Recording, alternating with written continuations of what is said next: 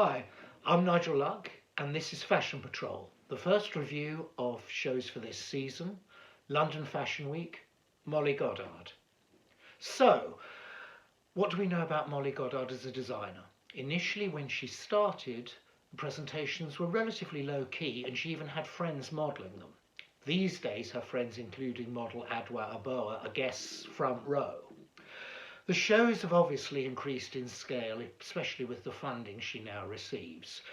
Ironically, though, the collection's style and clothes have remained sort of the same, and yesterday's gesture to serve bread and white wine was kind of that refreshing way of reminding one of innocency and her sort of background.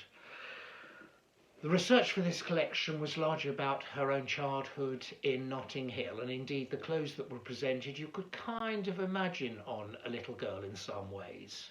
When I ask colleagues, they say, "Oh God, but it's always the same." Well, is there truth in that? I don't know. I mean, the difficulty for a designer is that they need to move forward, but at the same time they're trying to establish a loyal clientele who will wear their clothes, so you don't kind of suddenly want a show that's unrecognisable in many ways.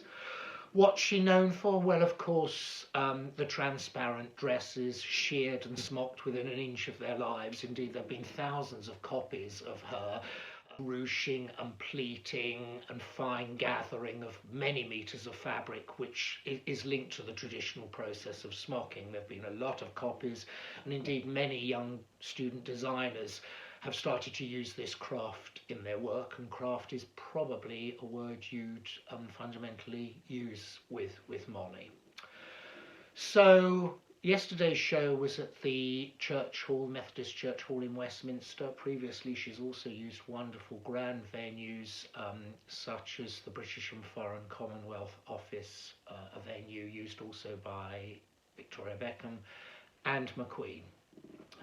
In the show itself, the same kind of number of outfits, about 32, 33. There was lots of colour. She's worked a little bit further on the knit where she started last season. There's actually some beautiful Fair Owl knits, and what looked very different for this show is they were worn under these smocked tulle and organza dresses. Very much kind of a reference to a childhood image. Different also was the introduction of some menswear, only 3 outfits, but it served to introduce a new audience and obviously kept the style of her own collection. Each season she's been working with prints, designing her own clever prints. This season, most memorably, was obviously a tribute to me. It was camouflage, but it was a kind of camouflage and gingham mix, presumably referencing the urban areas of London. But her actual fabrications are very beautiful, and this time the textile design was more dominant, not just the silhouette.